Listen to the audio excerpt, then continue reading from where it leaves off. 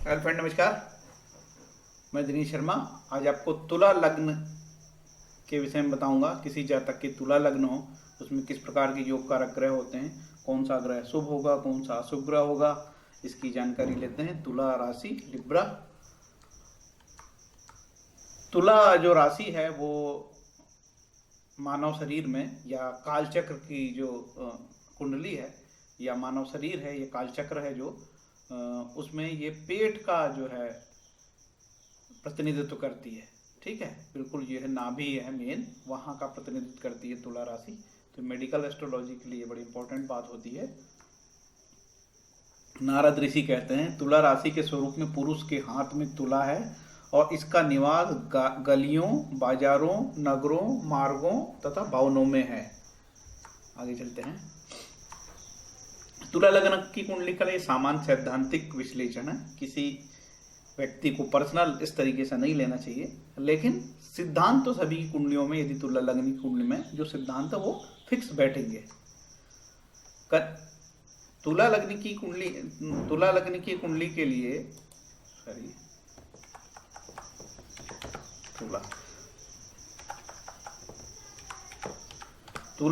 कुंडली के लिए जो शुभ ग्रह बताए गए हैं, तो तुला लग्न आपको इस तरीके की तुला लग्न होगी तो इस तरीके इसमें बताया गया कौन सा ग्रह शुभ होगा, कौन सा ग्रह अशुभ होगा।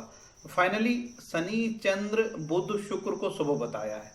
देख लेते हैं शनि चंद्र है ना, तो इसमें शनि महाराज तो यहाँ पे निश्चित रूप से शुभ दिख रहे हैं। ठीक, केंद्र के स्थान के स्वामी चतुर्थे और पंचमेश त्रिकोणेश बहुत शुभ है। इसके बाद शुक्र जो है लग्नेश होने से शुभ है, भले वो अष्टमेश यहाँ जरूर है लेकिन लग्नेश होने से शुभ है। चंद्रमा को केंद्र का सबसे कम दोष लगता है, इसलिए चंद्रमा शुभ है। और चूंकि बुध यहाँ पे, बुध भी शुभ है, हालांकि वो द्वादशेश का होने के कारण अशुभ है, लेकिन नवमेश नवमेश होने के कारण ये शुभ है। तो ऐसा फाइनल कहा जा सकता है कि यहाँ इस कुंडली में शनि, चंद्र, बुध, शुक्र शुभ ग्रह है। ठीक है, और सूर्य, मंगल, गुरु को पाप ग्रह बताया है। देखिए सूर्य कहाँ है, सूर्य द्वादशेश तो वैसे ही बुरा स्थान है, 11वां स्थान तो अच्छा रिजल्ट नहीं है, सूर्य है। और इसके बाद मंगल इस कुंडली में देख लेते हैं। मंगल इस कुंडली में सप्तमेश होकर और धनेश होकर मारक हो जाता है, इसलिए शुभ नहीं है इस कुंडली में, है ना। और कौन सा ग्रह है, मंगल, गुरु और सूर्य। मंगल, गुरु, अब गुरु को देख लेते हैं। गुरु इस कुंडली में देखिए षष्ठेश है ना, और ये तीसरे स्थान का, तृतीय से है, तो तृतीय बाधक स्थान कहलाता है, उपचय स्थान कहलाता है, 3, 6, 11, तो ये स्थान भी शुभ नहीं कहलाएगा। तो गुरु भी इस कुंडली, तुला लग्न कुंडली में शुभ नहीं कहलाएगा। शुभ क्या कहलाएगा ये चलते हैं। अब मारक ग्रह कौन सा, मारक के बारे में कहा गया है कि यहाँ पे मंगल मारक है। क्यों, मंगल यहाँ धनेश होकर वृश्चिक राशि का है तो ये मारक है, और यहाँ पे ये मेष राशि है, मंगल का ही प्रतिनिधि है ये दोनों एक मारक स्थान का स्वामी और ये मारक स्थान का स्वामी होने से मंगल सबसे ज्यादा इस कुंडली में बुरा हो गया है। ठीक है, आगे चलते हैं। अब इस कुंडली में तुला लग्न कुंडली में दसम चंद्रवार और नवम बुध योग कारक है, जैसे स्थान परिवर्तन योग दृष्ट होता। अब उदाहरण से बताता हूं, ऐसे नहीं समझेगा। देख, इस तुला लग्न की कुंडली में चंद्रमा शुभ है और बुध शुभ है। ये दोनों का यदि कोई राशि परिवर्तन होगा तो बहुत शुभ होगा। हो सकता है कि बुध यहाँ बैठ जाए और चंद्रमा को यहाँ बैठ दिया जाए। चंद्रमा कहाँ है जी, चंद्रमा, ये चंद्रमा। ठीक है, इस प्रकार का योग हो तो अति शुभ हो किसी जातक की कुंडली में, कि यहाँ का कर्क राशि का चंद्रमा यहाँ आ जाए, कर्क राशि मतलब चंद्रमा यहाँ आ जाए और बुध यहाँ बैठ जाए, तो ये इसको बोलते हैं स्थान परिवर्तन योग हो गया, है ना। और ये हो सकता है कि ये चंद्रमा यहाँ बैठ के दृष्टि परिवर्तन कर दे। ठीक, चंद्रमा बुध के ऊपर दृष्टि डाल रहे हैं, तो ये भी होगा, क्योंकि ये दोनों का संबंध हो जाएगा, तीसरे स्थान और नवमेश का और दसमेश का। तो ये बड़ा राजयोग कारक परिवर्तन हो सकता है कि यहाँ किसी जातक की कुंडली में ऐसा हो जाए। ठीक है, तो हो सकता है कि ये दोनों स्थान में यहाँ हो जाए, या हो सकता है कि दोनों यहाँ पे बैठ जाएं, ये भी पॉसिबल है, या हो सकता है कि दोनों यहाँ पे हो जाए तो भी संबंध बन गया दोनों के। तो नवम और दसम के संबंध यदि हो सकता है लग्न में नवम के संबंध बन जाए तो बहुत ही हो सकता है कि यहाँ बन जाए, है ना, नाम के संबंध यहाँ। ठीक है, या यहाँ बन के यहाँ बन जाए, यहाँ से कोई दृष्टि परिवर्तन करने लगे, यहाँ बुध बैठ जाए और यहाँ चंद्र बैठ जाए, किसी तरीके से दोनों का दृष्टि परिवर्तन होगा, युति होगी तो वो शुभ होगी, ऐसा कहा है सिद्धांत इस प्रकार से कहता है। ठीक है, तुला लग्न की कुंडली की बात हो रही है। तो ये तो इतनी बात हुई। अब इसमें बहुत सारे और भी चीजों का मेंशन करना। तो यह तुला लग्न लग्नेश होने के कारण लग्नेश अष्टमेश का इसका दोष नहीं लगेगा, तो शुभ बताया। ठीक है, मंगल इसमें मारक है इस कुंडली में, और गुरु इसमें बहुत बुरा है क्योंकि गुरु यहाँ तृतीय स्थान छठे स्थान का होने से बुरा है।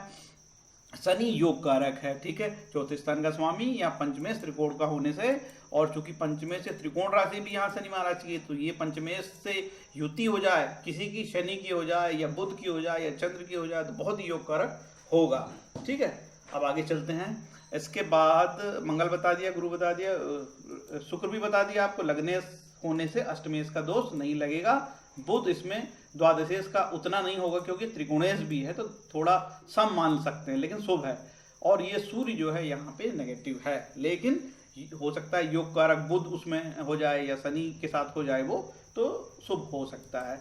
और ये जो बुध द्वादशेश है, क्योंकि यहाँ ये त्रिकोणेश भी है, इसलिए शुभ हो गया। तो इस तरीके से ये हुआ तुला लग्न की कुंडली का विवेचन हुआ। ठीक है, मैंने देखिए सब जगह लिख दिया, ये 8वां स्थान बुरा स्थान, ये 6वां स्थान बुरा स्थान, ये त्रिकोण स्थान शुभ स्थान, ये त्रिकोण स्थान शुभ स्थान, लग्नेश तो सदा शुभ होती है, और ये मारक स्थान, ये मारक स्थान। ठीक है, तो कुल मिला के, और ये जो केंद्र स्थान है, जहां पीले से मैंने किया ये केंद्र स्थान है, यहाँ पे केंद्र में भी यदि कोई शुभ ग्रह होता है तो उसको केंद्र का दोष लगता है।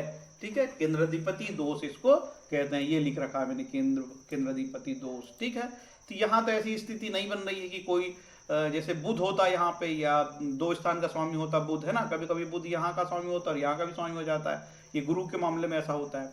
तो अभी ऐसी स्थिति नहीं है। ठीक है, आगे चलते। अब जो है भावार्थ रत्नाकर के जो योग है, जो बहुत ही इंपॉर्टेंट है, और भावार्थ रत्नाकर का छोटा सा ग्रंथ है जो बड़ा उस फलित के मामले में बड़ा सफल ग्रंथ है, उसकी मैं बात करता हूँ। ठीक है, किसी जातक की तुला लग्न वालों के लिए शनि अपनी दशा में बहुत धन देता है। तीसरे और छठे भाव का स्वामी गुरु भी अपनी दशा में योग प्रद, ऐसे कहा गया है। तुला लग्न वाले जातकों के लिए शनि अपनी दशा में बहुत धन देता है। तीसरे और छठे भाव का स्वामी गुरु भी अपनी दशा में योग कारक होता है। कारण तीसरे छठे भाव उपचय भाव है।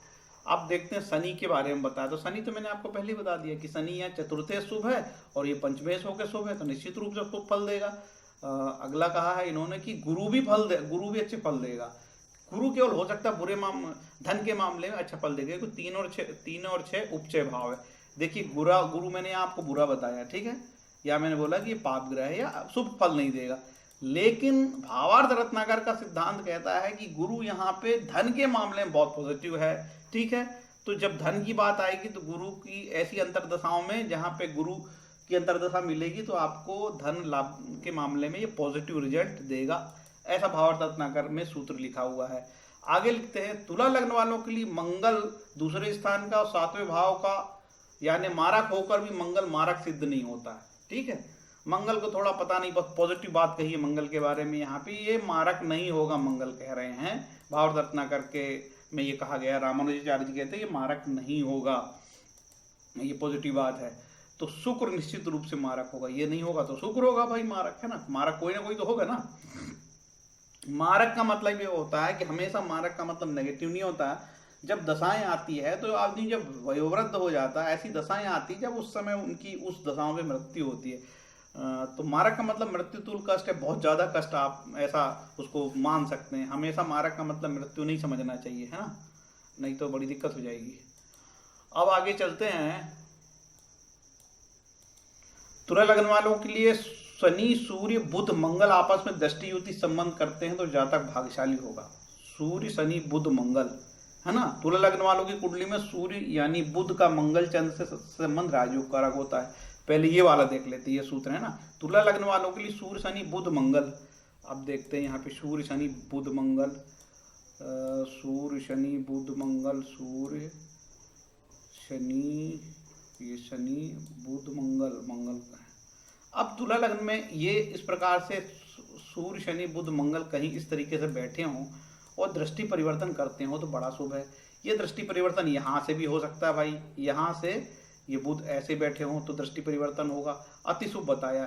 ये दृष्टि परिवर्तन यहाँ से भी हो सकता है भाई, है ना, ये इस तरीके से यहाँ से भी दृष्टि परिवर्तन हो सकता है। ये चारों में से कोई भी ग्रह कहीं पे भी बैठ सकता है, चाहे तो ये शनि इधर भी बैठ सकते हैं, ये बुध इधर से भी बैठ सकते हैं, ये सूर्य इधर भी बैठ सकते हैं, ये मंगल इधर भी बैठ सकते हैं। तो ये 7वीं दृष्टि पड़ी 180 अंश में, है ना। तो इस प्रकार का कोई योग किसी भी कुंडली में बनता हो, चाहे वो यहाँ से बन जाए, यहाँ से बन जाए, लेकिन आमने सामने ही बनेगा। मंगल को ही 3 दृष्टि मिली, बाकी बुध को 3 दृष्टि नहीं, बुध की तो 1 दृष्टि है 7वीं दृष्टि, और सूर्य की भी 7वीं दृष्टि है ना। शनि को जरूर 3 दृष्टि मिली हुई है। तो इस तरीके से हो जाए तो ये लाभप्रद होगा। चाहे यहाँ भी बन सकता है ये योग, ये यहाँ से भी ये योग हो सकता है, सॉरी यहाँ से भी ये योग हो सकता है, देखिए, है ना। तो बुध मंगल सूर्य शनि किसी प्रकार से संबंध बनाए तो ये यहाँ होना चाहिए, लेकिन तब दृष्टि पड़ेगी इस प्रकार से। तो लेकिन शुभ स्थान पे हो तो ज़्यादा अच्छा, लेकिन अब ये बुरे स्थान यहाँ से बने तो शायद अष्टमेश से बने या षष्ठेश से बने, ये छठे स्थान से बने तो शायद वो पॉजिटिव नहीं होगा।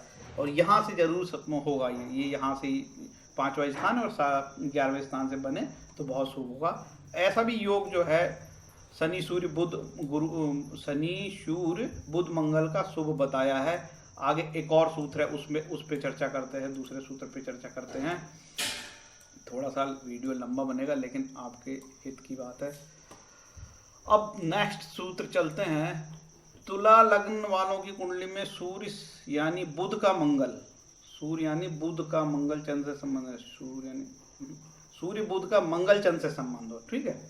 सूर्य बुध का मंगल चंद्र से संबंध राजयोग कारक होगा। सूर्य बुध मंगल चंद्र, बात वही आ रही है, ठीक है। जैसे मैंने आपको बताया, क्या बताया कि सूर्य और बुध का, सूर्य शनि है, सूर्य बुध का चंद्र और ये बुध का, इनका संबंध किसी स्तर पे हो कहीं पे भी तो वो राजयोग कारक होगा। यदि ये चौथे और 10 स्थानों से बहुत अच्छी बात, लग्न और 7वें से हो, ये लग्न और ये 7वें से हो तो बहुत अच्छी बात, ये 11वें और ये 5वें से हो संबंध तो दृष्टि परिवर्तन संबंध हो किसी प्रकार को हो, या युति हो, या लग्न में इस प्रकार की कोई युति हो, है ना, वो भी योग कारक कही गई है। इस प्रकार से वो भी योग कारक कही गई है। ऐसी तुला लग्न वाले की बात हो रही, ठीक है। आगे दूसरे सूत्र पे चलते हैं। इस तरीके से आपको समझाने के लिए बताना जरूरी है, क्योंकि जिसको ज्योतिष की जानकारी नहीं होती वो फिर नहीं समझता है। तो सिद्धांत समझ में आए तो मजा है। तुला लग्न वालों की कुंडली में सूर्य बुध का मंगल चंद्र संबंधी राजयोग कारक होता है। ये बात मैंने बता दिया आपको।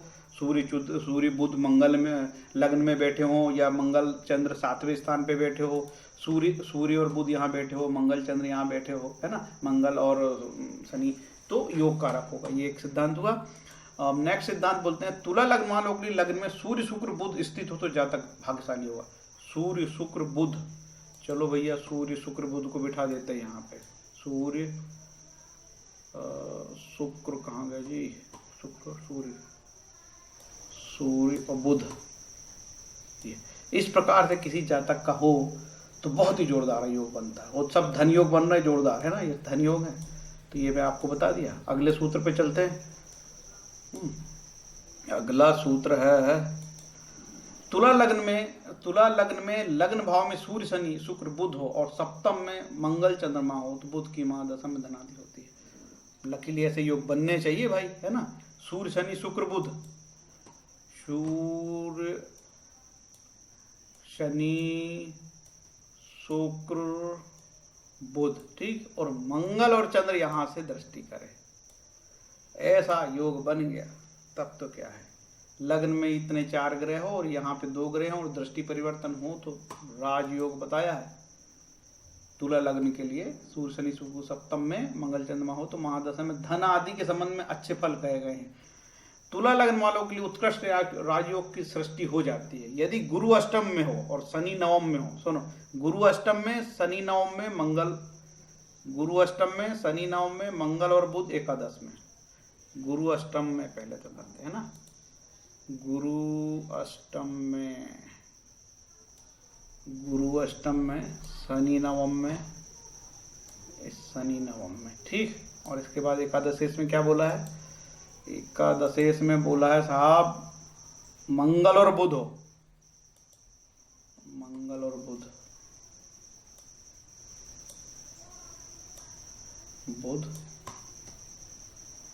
ये मंगल, ये गुरु सॉरी गुरु शनि, ठीक है, इस प्रकार का योग बनना चाहिए, ठीक है। गुरु नवम में, गुरु अष्टम में, शनि नवम में, बुध और मंगल एकादश इसमें हो, ऐसा यदि योग किसी जातक के कुंडली में बनता है तो क्या बोला है, राजयोग कारक, उत्कृष्ट राजयोग की सृष्टि होती, इस प्रकार से योग से, ठीक है। अगले सिद्धांत पे चलते हैं। यदि तुला लग्न वालों का गुरु, यदि तुला लग्न वालों का गुरु छठवें में 12वें भाव में, गुरु छठे या 12वें भाव में स्थित हो तो चंद्र लग्न में हो, और चंद्र लग्न में हो तो शनि की दशा विशेषता शुभ होती है। गुरु को छठवें 12वें भाव में वो होना चाहिए, ऐसा कहा गया है। गुरु महाराज यदि ये छठवें भाव में हो और चंद्रमा जो है यहाँ पे हो, इस तरीके से, ठीक है। बाकी ग्रह को हटा देते हैं यहाँ से। इस प्रकार का कोई योग ऐसा हो गया, सफाई। ये तुला लग्न में चंद्रमा यहाँ हो, गुरु यदि बोलते छठे में हो या तो 12वें में हो, या तो यहाँ हो या तो कोई गुरु यहाँ बैठो। अब दोनों दो गुरु तो हो नहीं सकते भाई। यदि किसी का होगा तो यदि छठे में होगा या तो 12वें में होगा और लग्न में चंद्रमा होगा तो भी बहुत अच्छा राजयोग बनता है, ये कहा है। तो विशेष शुभ फल कहा गया है, ठीक है। अगला देखते हैं सिद्धांत। यदि तुला लग्न के जातक की लग्न में शनि गुरु मंगल बुध हो तो दशम में राहु हो तो राहु की दशा में पूर्ण तीर्थ यात्रा होती है। राहु, शनि गुरु मंगल बुध, शनि गुरु मंगल बुध, राहु को तो दशम में बिठाई देते हैं पहले, है ना। इसके बाद शनि गुरु है, शनि गुरु मंगल और ये बुध। यहाँ ऐसी किसी तुला लग्न की कुंडली में हो, ये 4 ग्रह लग्न में हो और यहाँ दशम में राहु हो तो क्या बोले हैं, कहाँ की यात्रा करवा रहे हैं भैया। लग्न की, तुला लग्न की जातक में लग्न में शनि गुरु मंगल बुध हो और दशम में राहु हो तो राहु की दशा में पुण्य तीर्थ होता है, ऐसा बताया भैया भावार्थ रत्नाकर में रामानुजाचार्य ने। ये बड़ा भावार्थ रत्नाकर बहुत फेमस है, इसके सूत्र बैठ जाते हैं बिल्कुल पक्के। तो यदि इस प्रकार के कोई योग हो तो आपके लिए अति शुभ कहे गए हैं और धन कारक कहे गए हैं। तो ये मैंने आपकी ये सामान्य जानकारी दिया और समझा के किया, उदाहरण से बताया है। उम्मीद है मेरी जानकारी आपको अच्छी लगी होगी।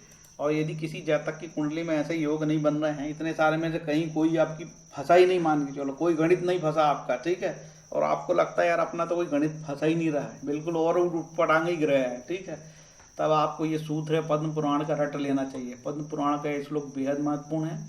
अप्रारब्ध फलम पापकूटम बीजम फलोन्मुखम क्रमणेय प्रलियेत विष्णु भक्ति रतात्मनाम। जो लोग भगवत भक्ति में रत हैं उनके सारे पापकर्म चाहे फलीभूत हो चुके हैं, वो सामान्य हो या बीज रूप में हो, क्रम से नष्ट हो जा सकते हैं। दुनिया का कोई भी श्राप, पितृ श्राप, मातृ श्राप, ब्रह्म हत्या का श्राप, लग्न से बनने वाले श्राप, पंचम भाव से बनने वाले श्राप, या फिर वो नवम भाव के बनने वाले श्राप, जितने शाप होंगे सारे के सारे शापों का शमन हो जाएगा यदि वो ईश्वर भक्ति करता है, प्रभु के नाम लेता है, जो इच्छा हो शुद्ध मन से करता है। तो भक्ति में वो ताकत है कि प्रारब्ध को भी काट सकती है। प्रारब्ध को तोड़ने की ताकत सिर्फ ईश्वर की भक्ति में, बाकी दुनिया में कोई चीज प्रारब्ध को नहीं काट सकती।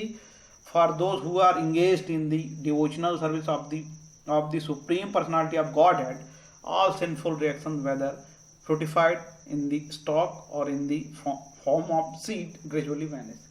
चाहे वो फलित हो गए हों, चाहे वो बीज रूप में हो, चाहे स्टॉक में हो, बचे हुए हों, कुछ भी हो, यदि भगवान की भक्ति करेगा तो उसका भला होगा, ऐसा पद्म पुराण में कहा है और नारद भक्ति सूत्र में भी कहा है, ऐसा श्रीमद् भागवत में भी कहा है।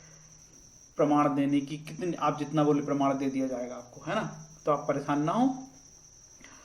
फ्रेंड्स, मेरा ये वीडियो आपको कैसा लगा? यदि अच्छा लगा हो तो लाइक करें, शेयर करें, कमेंट करें, ठीक है। और यदि आपको ऐसा लगता बोलने में कुछ गलतियां हो गई हो तो माफ़ करें, है ना। और ये घंटी जरूर दबा दें। ये घंटी जो है बताती है कि कोई नया वीडियो आने से आपको नोटिफिकेशन मिलता है, तो आप आसानी से देख सकते हैं। Thank you. हरे कृष्णा।